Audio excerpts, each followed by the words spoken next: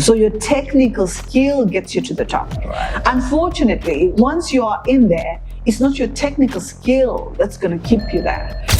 A lot of people at workplaces, they end up in the sexual harassment zone without realizing it. I was wondering, why am I not promoted? I'm super good at what I'm doing, but I've never seen the day or the door to the top. So I think that helps, for them to have that self-awareness and expand their breadth so that they can understand the bigger picture of the business. Yes. So welcome to Winfield Leadership Conversations. And today I'm your host, Simbarashe Kanenungo, and I have the pleasure of hosting again Madam Precious Morenanyika, where we are focusing on leadership and management. And today's session is focused on first-time managers, new managers, and those that are transitioning into leadership. Hi, Precious. Given your experience as a leader with all those amazing years, you've definitely seen some of the struggles that operational teams operational members face when they transition into leadership. Sure. What has been some of the struggles that you've noticed that you feel like someone who's transitioning into this role must be mindful of or be watchful of? Thank you. That's a very timely question because I know that there will be a lot of people at this point in time that are transitioning into management, into leadership roles. And I'll talk about it from a personal experience, which is what I experienced when I was transitioning. And also just when I was HR director for the many years that I was, the struggles I saw many people going through. And now when I run my own businesses and promote people, the struggles I see from that vantage point. So I think the first one, which is perhaps the biggest one, is transitioning from being a doer to being a leader. A lot of people are promoted into management roles because they have this great skill of doing stuff. So you are good at selling, you are good at, at doing certain tasks, you're good technically, and then you are promoted to lead others in doing the same thing. Now, the greatest challenge there is you stopping to do those things and getting the work done through others. A lot of managers struggle to do that because they still want to show that, look, I'm very good at this and this is what got me where I am. But meanwhile, by doing that, they're becoming very operational and they're missing the bigger picture. And so you find that they end up micromanaging people. They are all over people's spaces and they're not giving their teams the time and the latitude to breathe. And because again, a lot of people transition into management without training. They also think that they can rescue their teams. So your team member is supposed to produce a certain report and you keep asking and it's not coming. And then they feel like they can do it themselves because look, I used to do this report, so I'm going to do it anyway, right? Definitely. Now, what that does is that team member, whoever it is, one, doesn't grow. Two, they become over-dependent on knowing that the manager is going to rescue them, right? But mostly, the third thing is that manager actually becomes incompetent in their own work. Because outside of the subordinates' work that you're doing, you also have your own work that you are supposed to be doing. And so I think that's the first biggest transition that they struggle with, going from being a doer to being a leader and getting work done through others. It's funny you mentioned that because I've been one of those guys who thought I would go back to being operational and try to do something until it goes wrong. And the client is now asking, can I see the boss? And again, you're going to say, I'm the boss. I'm the boss. So how are you going to solve that? So how are you going to solve the problem? Exactly. Sometimes you need to zoom out and then do what you expected to do. Exactly. Thank you. And the second one for me, outside being the one of being operational, is over-identifying with your former colleagues. So usually when people are promoted, they have what we call loyalty guilt, which is, you feel like you owe it to the people that you were with down there to represent their interests in the boardroom, at the executive table, or wherever. And you feel like if you speak up against the things they're doing, you're betraying them. And unfortunately, that makes you seem like you've not yet embraced the role of a leader.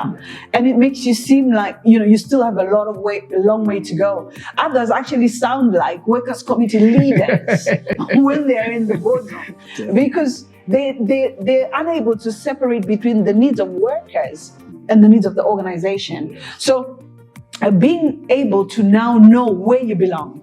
And it normally happens because managers have not fully embraced their role, that they've been promoted, and it's, now they are in the leadership realm. They still identifying with their peers, they still identify with the bottom when they're in the top. So I think for me, that's also the second one.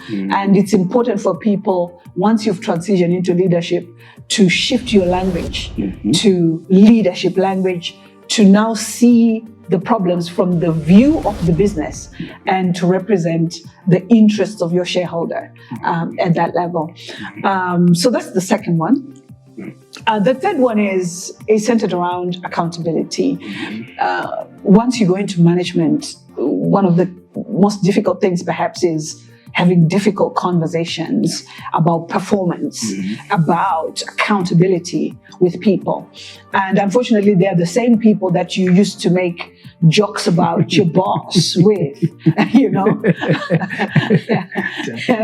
and so, suddenly you are the manager, the jokes don't land the same. You are that guy. You are that guy, that you used to laugh at together. And so it makes it very difficult when you're now trying to hold your peers to account, when you're now trying to, force people to report to you. And I think new time managers must learn how to have those difficult conversations without breaking the relationship. So how to balance caring and accountability. And it's really important to be able to do that. And I always say, perhaps what managers in those positions should be taught is how to have task conflict and not person conflict. Because, when you are having task conflict, I am holding you to account for the things you were supposed to do for this task or for this particular job. What I'm saying does not relate to you as the person, but to the task. So I will say this, like, there's a different effect if I say to you, you are slow, right? And you were slow in this task, right? Those are two different things. The other one, you are slow, is personal. It's about you. You are slow as a person, as anybody, everywhere, at your house, in your job, you're slow.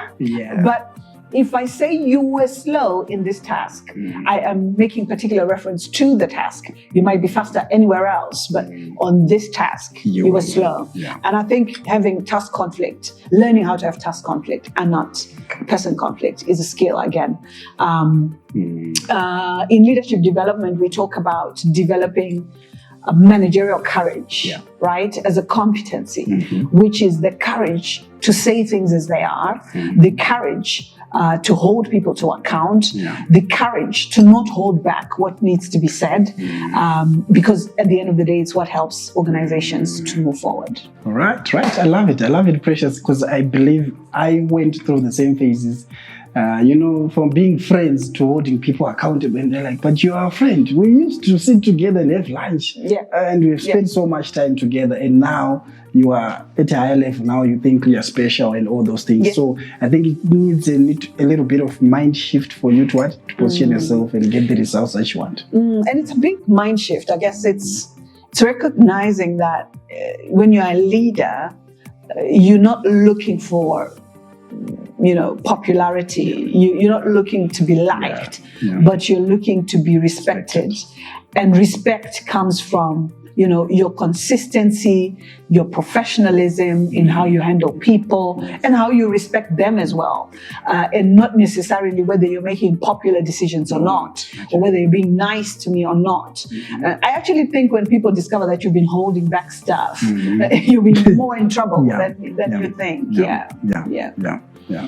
No, that's great. I think just to add to that, it's also around managing your peers. It is one of the challenges that you face, because remember, these guys are already at the higher table and you are coming as the next person who has no experience, no relationships, no friends on that table. So sometimes you feel alone, you feel incompetent, you have lack of confidence, and there you struggle now to sit with these guys. That's why most people continue to go back to what? To the lower guys, because they're trying to get where they fit in. Where they belong. Yeah, Exactly. that identity crisis comes into place. Yeah, I think that's another difficult one, which is when you're promoted to the table, all the people that are already at the table, probably saw you rise. They saw you get into that organization when you were like a kid, and they don't see you the same way, right?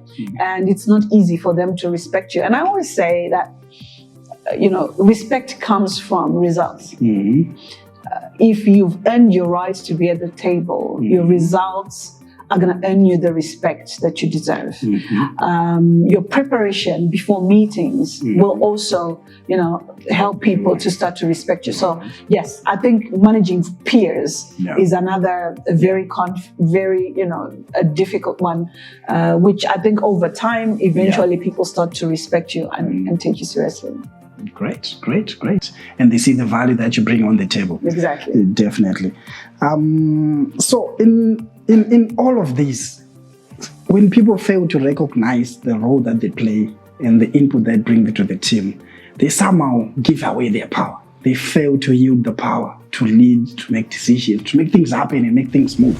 What are some of the things that people do that just gives away power?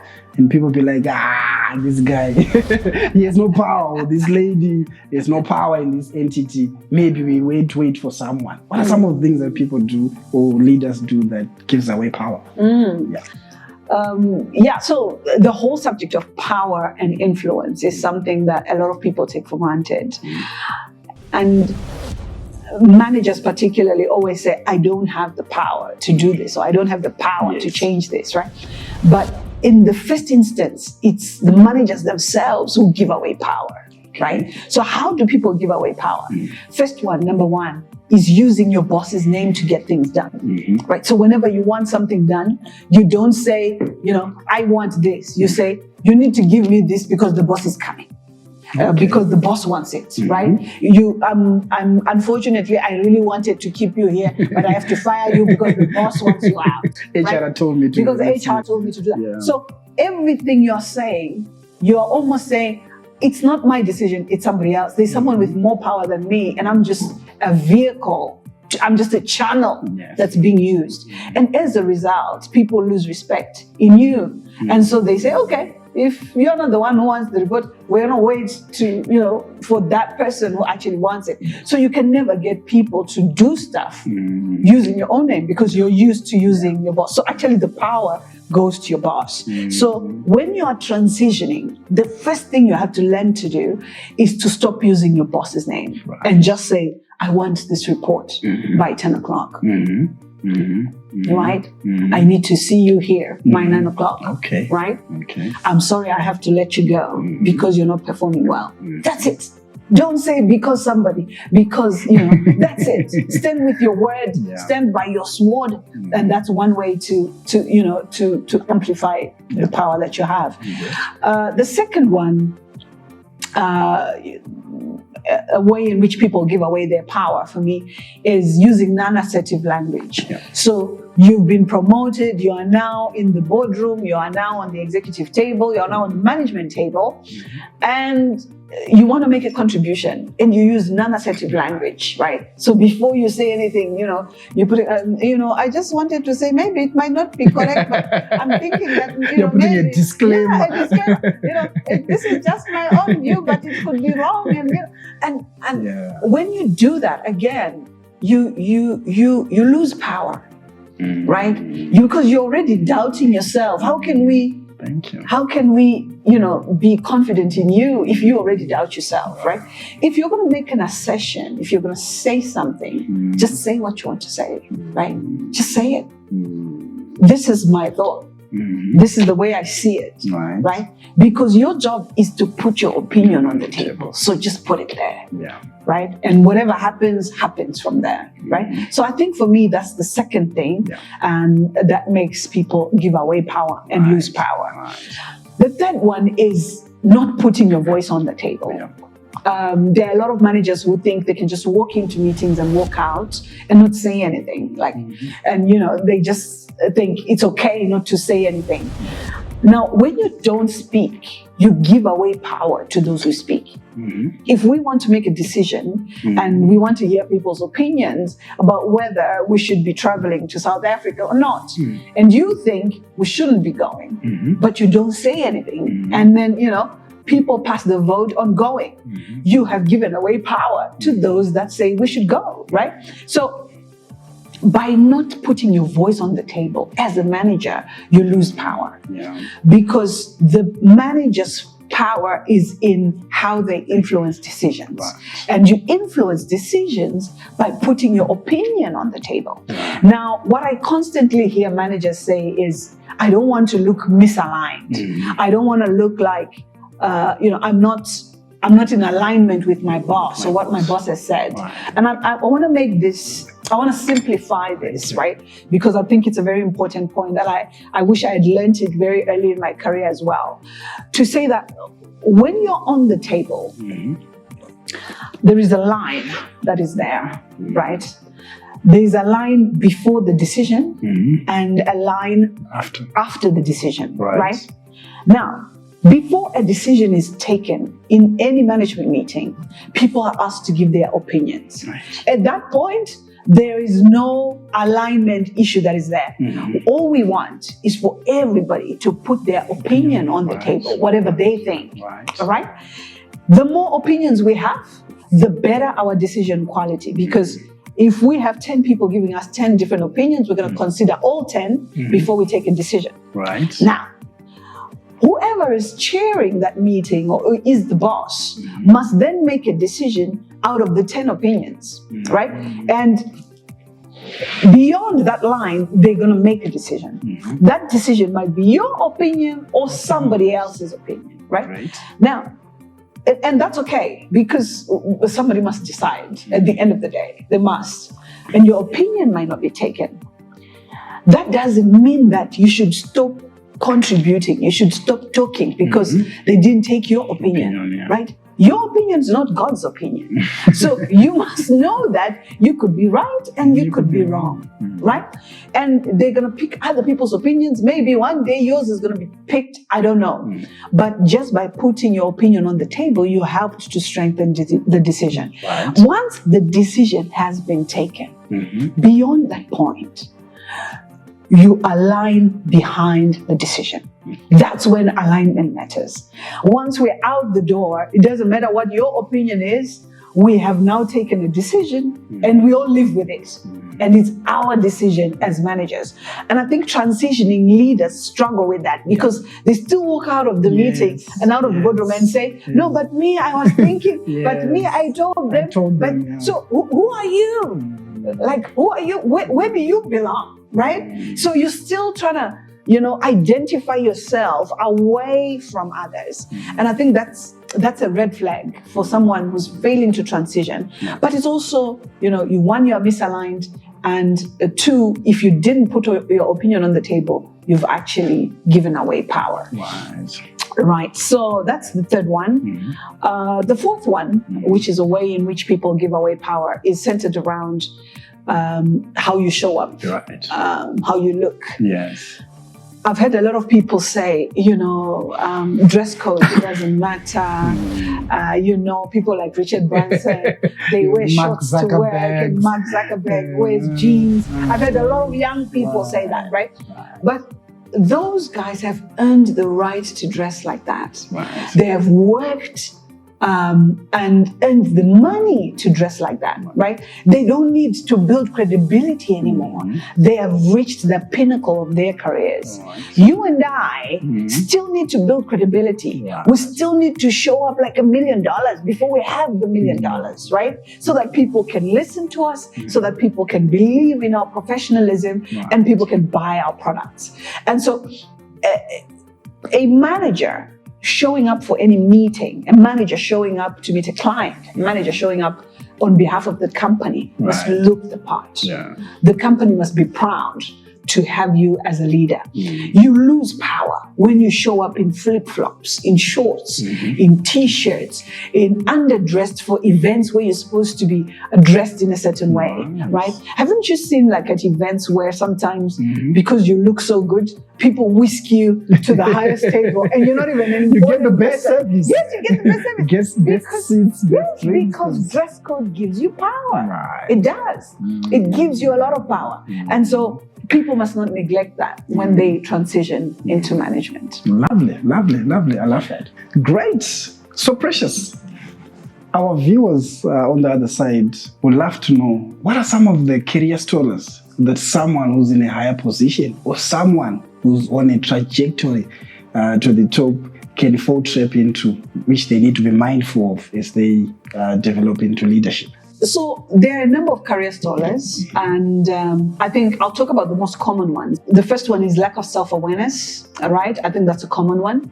The second one is overdependence on a single skill. The third one is not being politically savvy. We'll talk about that one as well.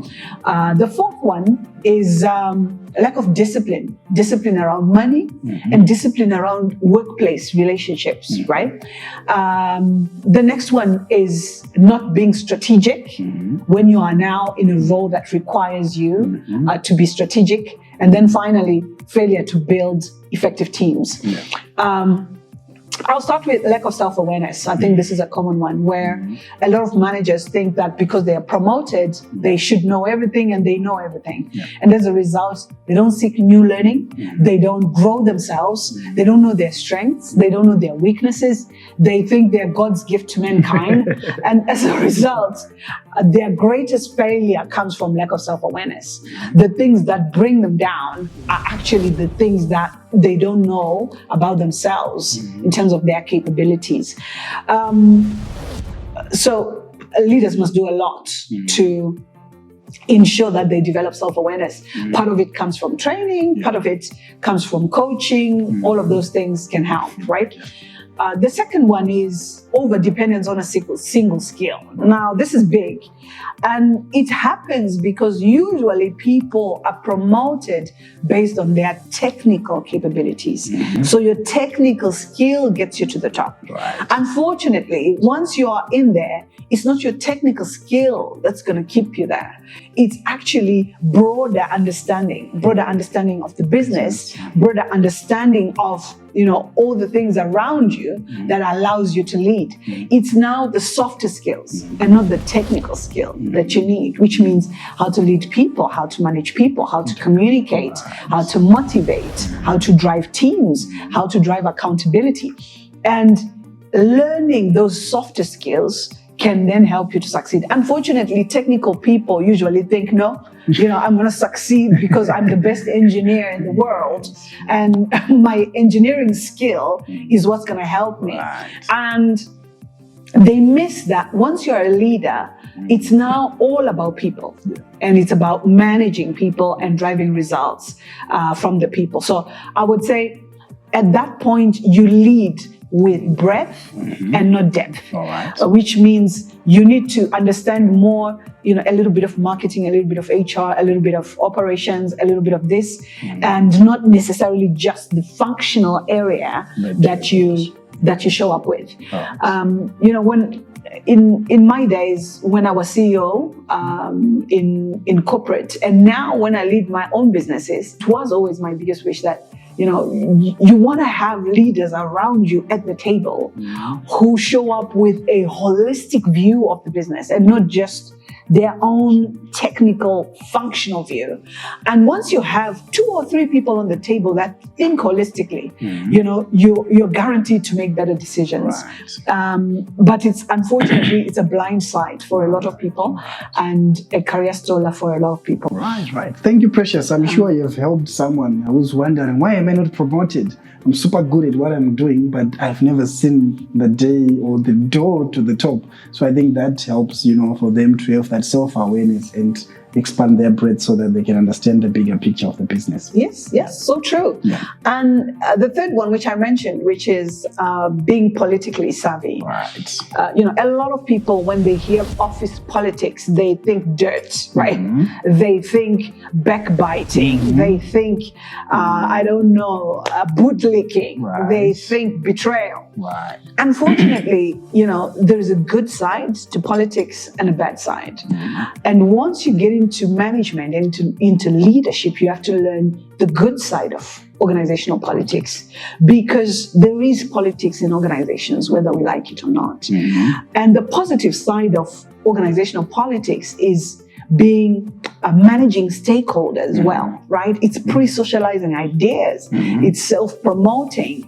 It's understanding the needs of different stakeholders. All of that is the positive side of politics. So you find that a lot of people miss the politics because they think, politics is dirty. And they don't understand it. Right. They don't lean into it. They play chess and they keep their eyes on the chessboard and not on the players that are playing the chess. So as a result of that, they miss the bigger picture. And a lot of people's careers fall through because they're not politically savvy. Right. And I always say, if you don't do the politics, the politics will do you. Right? Definitely. So I think that's the third one. And then the fourth one is around not being able to build effective teams. And this happens, when someone is a high potential employee and they're being promoted and they're growing, somewhere in their head, they develop this, God complex that, they're the only one that can solve the business's problems, that knows what needs to be done. And as a result, they sort of become a lone wolf, right? They want to solve everything themselves. They want to do everything themselves. And so they don't develop a team behind them. They are a strong leader, but their team is far, far, far behind. Now, we say that leaders are only as strong as their teams. And as long as you're not developing a strong team, it's going to catch up with you. And it's going to catch up with you, you're going to burn out, and you're going to fail. Definitely. And so I think not being able to build an effective team and being a lone ranger, a lone wolf, is another career stoller that is there. Lack of discipline around money and relationships. I mean, it's that. When you're in management, things are going to happen. You're going to be held accountable for huge sums of money. You're going to move stuff. You're going to make decisions. You're going to buy stuff on behalf of the company. And it's in those situations that a lot of people just, they lose their ethical foundations. And that's where the cracks start to show. And when you don't have the discipline to make the right decisions about money, and the discipline to just say, this is not my dollar. It belongs to the company. It doesn't belong to me, right? And, I don't benefit anything from this dollar that I'm about to take, right? And same thing in terms of discipline around relationships.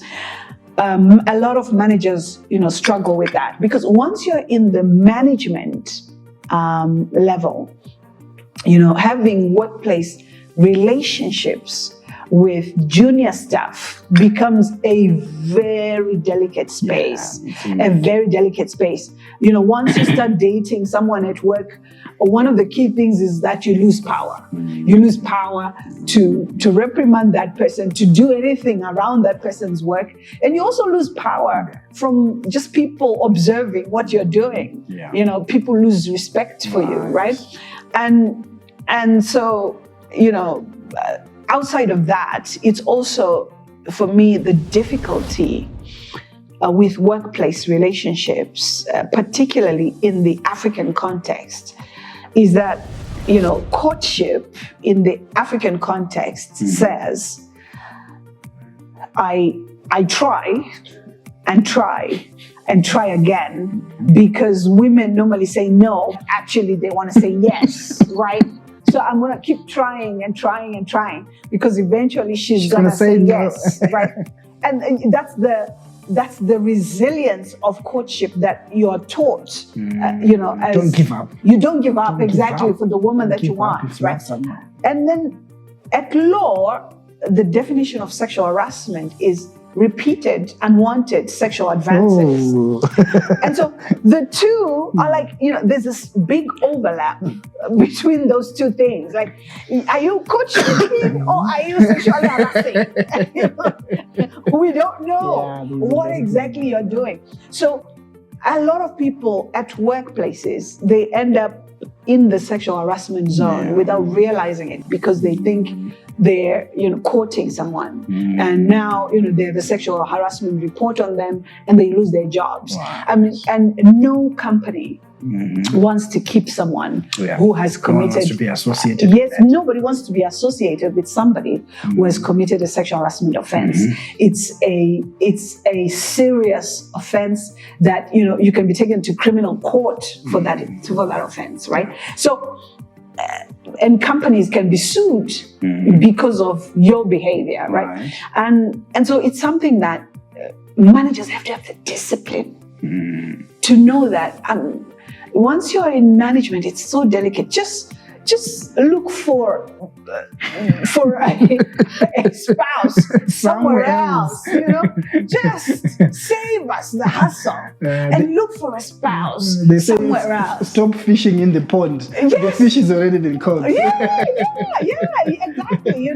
People like that, they say, I'm a good fisherman, like I'm good at catching fish, but you are fishing in the fish pond. I mean, those fish have already been caught, right? You're not gonna there's no skill, there's no art in that, right? So I think there are all sorts of things that come into place, undue influence, and all of that. So I think it's a space where a lot of managers who are very good, high potential, etc., fall in that trap. And their careers come to a complete stop because of that lack of discipline in money and lack of discipline in relationships. Right.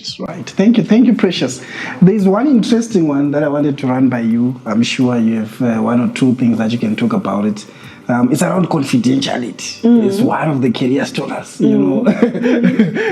There are some leaders who have failed to live to their potential because of lack of confidentiality. What has been your experience around that with someone? Yes, true that. I think once you are in a management role, you're placed in in the space of confidence. So you have a responsibility to maintain confidentiality. Actually, a lot of management contracts, they make you sign, a confidentiality clause, which binds you to keep the company's secrets, to yourself, right? Which means the company's strategy, the company's tactical moves, anything to do with the company. And just being able to do that can help you, can be the difference between you keeping the job or you losing it, right? But a lot of managers, because they were down there where they didn't have access to the information, and now they're in there, they're just like, they can't, they're overexcited. Like they can't keep it to themselves, that, oh my God, I now know what that guy earns. Oh my God. And they just want to go and preach it to the world. But herein lies the trap, and this is where people actually lose their jobs. So it's important that people understand how to keep confidence and to build trust, how to be trusted, that we can give you information and you're not going to say stuff, because also something I learned in my career is that everything that is said in the context of an entity always comes back. People will always know where the information leaked from. They will always know. They will always know. It goes back even to, a lot of transitioning managers who backbite, who talk bad about their bosses, right? The boss will always know. That it's coming from there. That it's coming from you, right? If you want to survive in a corporate space, no matter how bad your boss is, don't badmouth your boss with other employees, with other people. It always comes back around, and it's always going to bite you. And you're not going to like it when it does. People want to show off and say, I'm doing my boss's work, so let the world know I should be the one sitting in that room. Yes. And it's so common. Everybody thinks that they're sharper than their boss, right? And everybody thinks that, how did this guy get that job? I should be there. Yes. And so they go around telling people, no, you know, my boss, he barely does anything. I'm the one who does all his work, etc. Listen, your job is not only to do your job, it's also to do your boss's job, because you're on your way to the top. And on the journey to the top, you have to understand what happens at the top. So you being given part of your boss's job is actually developmental. It's helping you to start transitioning on the journey to the top. So I think understanding that it's actually something you need to do and something that's being done for you is really important, so that you don't go around bad mouthing and saying things that don't benefit you eventually. Yeah. Great. Thank you so much, Precious, from those nuggets. I'm sure our listeners who are back at home, new managers, transition managers, they've learned one or two things that they can take home and implement when they go back to their workstations. From me, Simba, and Precious, we say ciao till we meet again. Thank you. Thank you.